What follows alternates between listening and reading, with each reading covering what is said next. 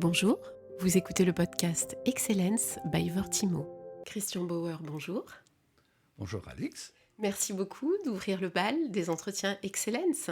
ça me fait plaisir d'être avec vous. Et on est très heureux de vous avoir et très flattés. Merci. Christian Bauer, pour les gens qui ne vous connaissent pas, est-ce qu'il serait possible que vous nous parliez un peu de vous, de votre carrière d'architecte? Je rappelle à nos auditeurs que vous êtes notamment, entre autres faits d'armes, le concepteur du Musée national d'histoire et d'art à Luxembourg. Bon, j'ai fait mon diplôme en 1974 et voilà, donc je suis déjà un architecte qui a un certain âge puisqu'on ne me le voit pas à la caméra. Voilà, donc j'ai fait Ça ne se voit pas non plus en vrai.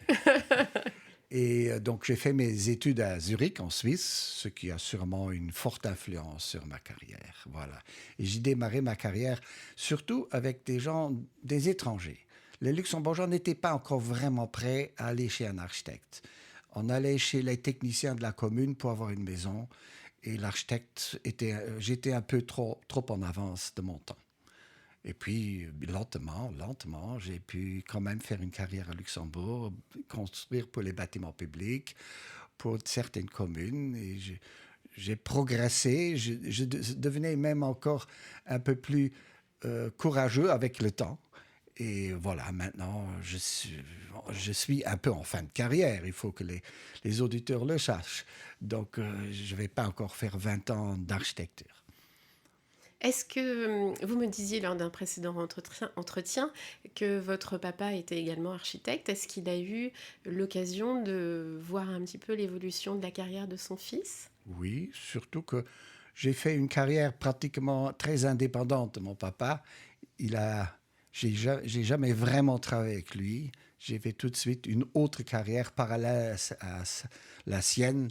Lui, il était beaucoup dans les maisons unifamiliales et moi, j'ai quand même commencé déjà quand même plus rapidement dans des bâtiments un peu plus grands et plus vastes.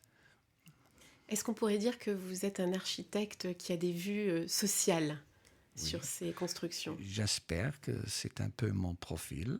J'avais fait des études en parallèle pratiquement. J'avais un prof qui était sociologue à l'université à Zurich. Donc, je remettais en question l'image classique de l'architecte qui a une commande et aveuglement qui construit, sans se remettre en cause.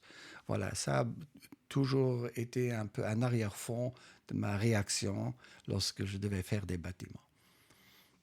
Et finalement, le bilan, au bout d'une vie, d'une carrière comme la vôtre, vous êtes satisfait de la ligne que vous avez tracée?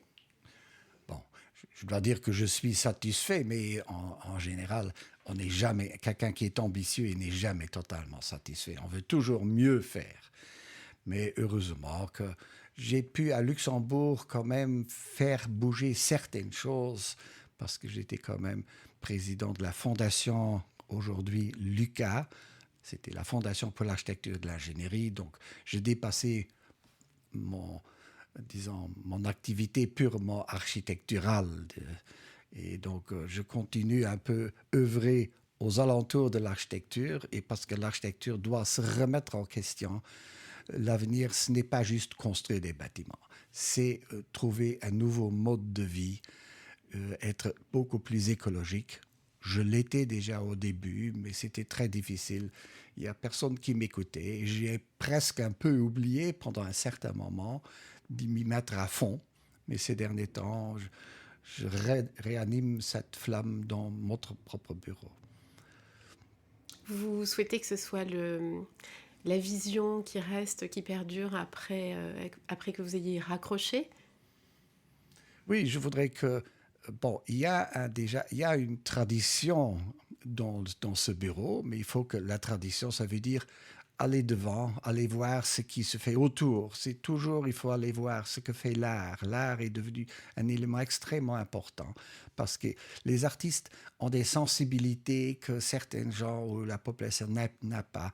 Et ils mettent le doigt sur des problèmes d'une façon autre. Donc l'art, la sociologie, la politique. Il n'y a rien à faire. Un architecte ne peut pas être totalement apolitique. Il doit s'engager dans cette société.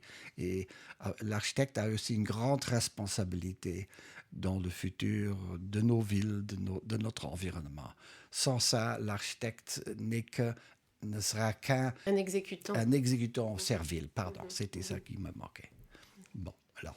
Oui, je me souviens d'une de nos conversations où vous me disiez notre devise dans le cabinet, et je crois surtout la vôtre au départ, c'est faire mieux et faire plus avec moins.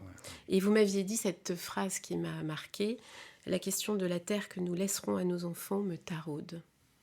Oui, c'est très important. Je crois qu'il faut regarder où nous sommes ici, en Europe de l'Ouest, vis-à-vis aussi du tiers-monde. Chez nous, on dépense énormément d'argent pour faire les choses encore meilleures. Et il y a beaucoup de gens dans le reste du monde qui, s'ils avaient juste un tout petit peu de ce que nous avons, on pourrait les aider, les assister beaucoup mieux. Je crois que c'est un thème en général. Même si on a les moyens, il faut même réfléchir, est-ce qu'on les emploie toujours pour nous. Nous sommes quand même, notre société est quand même assez égoïste.